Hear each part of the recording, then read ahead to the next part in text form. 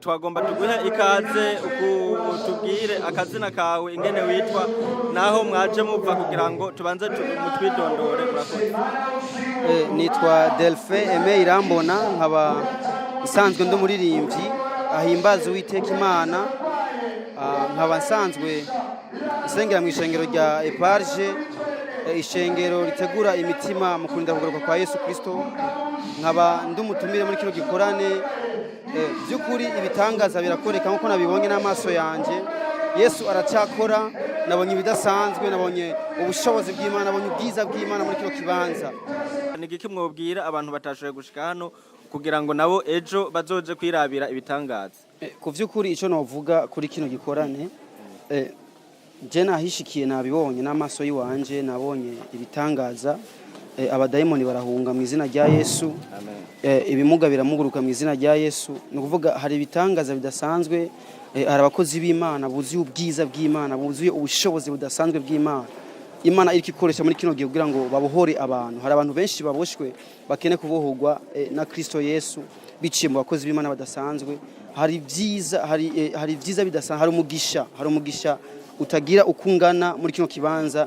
Nakiriye ibidasanzwe, nabonye ikiganza c'Imana vy'ukuri. Ego murakoze cyane. Hari akajambo ka nyuma mushobora kuvuga kugira ngo mu byo mwaba mwibagiye kutubwira? Nashaka gutumira abantu bose bari mu gisagara ca Bujumbura, cyane abariko baradukurikiranira hafi, kugira ngo banyaruke. Abarushe, Yesu yavuze ngo abarushe n'abaremerewe ngo nibaze kuri jewe maze nawe ndabaruhura. Bisigura ko ufise imitwaro cyangwa se ufise ingorane zikubakiye, urashobora kuza kugira ngo wishurirwe imitwaro yawe. Hari abantu benshi baboshwe, hari abantu bafise ingorane zitandukanye, ingora zanse gukira, ubumuga butagira izina,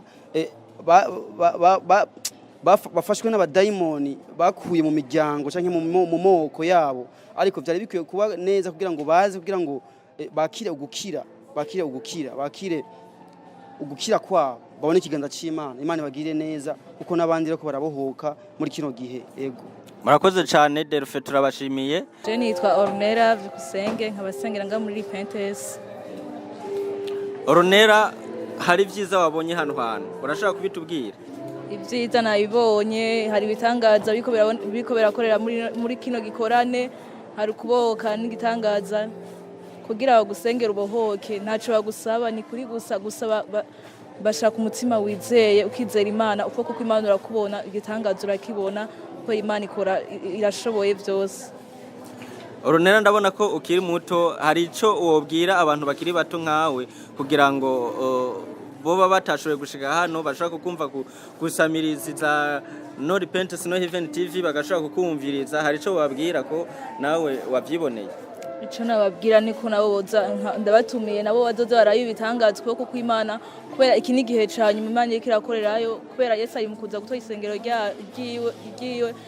Ico nabatumira rero, nabatumira nabo nyene bakaza bakakira umwami Yesu n'umukiza, abandi bakabohoka bakakira igitangaza, bakanu uko Imana ukuntu gukomeye, bakareka kwishimira ivyisi. Urakoze cyane Ornera, turagushimiye ku mpanuro uduhaye kandi impanuro uhaye abajene. Urashobora kutubwirira abandi bataba bashitse hano no munsi nk'ababanyi muturanye canke abagenzi kugira ngo bazoshike hano nabo kwiyakirira agakiza? Nabo nyene turabatumiye kwakira agakiza, si ikintu kigoye cyane, ni mutima wizeye kandi ugakurikira Imana udashidikanya, utagendeye kwivanga mu vyisi, ugakurikira Imana. Nabo nyene turabatumiye kubera iki ni gihe ca nyuma, ni gihe ca nyuma nikiragurusa twebwe abajene. Ndabatumiye nabo nyene bareke kwishimira ivyisi, baze bakurikira Imana muri byose. Turagushimiye Ornera, Imana iguhezagire cyane. Turakiriye kandi abandi bantu badasanzwe, abakozi b'Imana bariko barakoreshwa n'Imana, ibitangaza bidasanzwe hano mu kino giterane. Cari gikorane kidasanzwe kandi kirakomeza. Twagomba tubakire kugira ngo nabo bivuge, bidondore, babanze batubwire n'akazina kugira ngo n'abatashoboye kubamenya babanze babamenye. Nitwa Man of God Meshake Niyokwizigirwa, ndi umukozi w'Imana hirya no hino mu mahanga no mu Burundi. Ndakunda Yesu cyane. Nitwa Pastor Uwimana Isaac, ndi umukozi w'Imana, shima Yesu, narakijijwe Yesu n'umwami. Murakoze. Kugira ngo mwavyumvise n'abakozi Imana badasanzwe Meshaki na Isaac bari mwa kino gikorane bariko barakoreshwa n'Imana ibitangaza bidasanzwe. Twagomba duhe akanya Meshaki nawe atubwire akajambo ko bakari ku mutima yoba hari ivyo yoba yabonye hano mwa kino gikorane. Ndashima Imana ko Imana ikora nk'Imana. Imana si umuntu, Imana ni Imana nyene. Siyo abantu barayihenda ko bakibaza ko ikora nka uncle canke nka tante, ariko Imana ikora nk'Imana kandi ikorera aho ishakiye igahindurira ibihe aho ishakiye.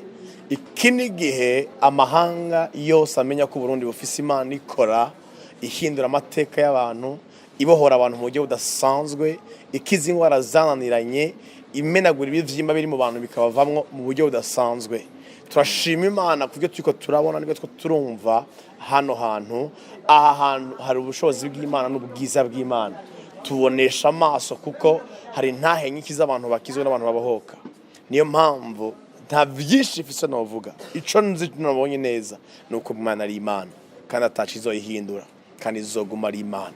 Ikizura Lazaro wamenga ni kera no byacazura bapfuye kandi yacakiza abagwaye mu izina rya Yesu.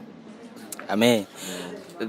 Mukozi w'Imana Isaac, ngira ngo namwe vyabaye hano mwavyiboneye, niho mwari muri vyo, namwe harakajambo mufise mwotubwira mwokongera ku vyabaye.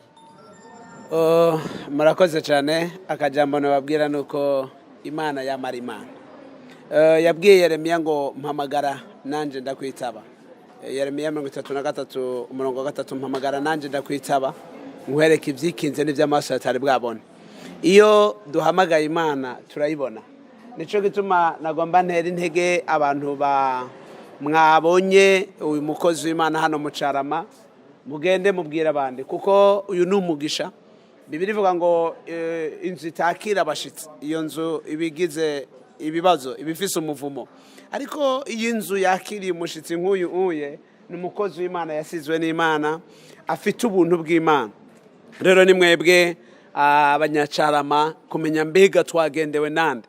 Abrahamu yagendewe n'abashitsi, we waratahukirwa nagendewe nande, acara bazimana abahamazimana atandukanye. Rero ico nabonye nuko Imana yakoze ibitangaza kandi si ivyo byonyene, iracakora. Bwana Yesu asifiwe. Iracakora. Imana ibaha umugisha cyane. Murakoze. Imana ibagirire neza. Turabashimiye cyane. Nyimba kandi kajambo mwokongerako, turabashimiye. Sinzi nyimba gahari umwanya nigwaye murashaka kongerako. Ico nokongerako ni kimwe nuko iyi minsi ndwi tugomba kumara ngaha. Buri muntu wese genda mubwira abantu, mubabwire ngo muri iyi minsi ndwi igiharuro ndwi n'igiharuro c'Imana. Muri iyi minsi ndwi n'umuntu byanse kwakira mu bitaro muterere muzane hano hantu. Muri iyi minsi ndwi ari bitangaza bidasanzwe igomba kwakorekera, kuko hahuriye abakozi b'Imana bakoreshwa ibitangaza. Niyo mpamvu abanyacarama mwakiriye bavugishwa, mwakiriye abakozi b'Imana basizwe n'Imana, bahamagawe n'Imana.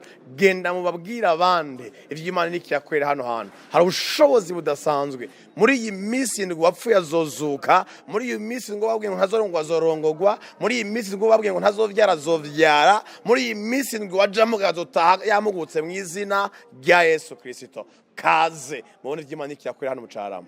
Imana ibaho umugisha. Amen. Turabashimiye cyane kandi namwe Imana ibahezagire cyane. Amen. Murakoze cyane. Mubarikiwe. Amen.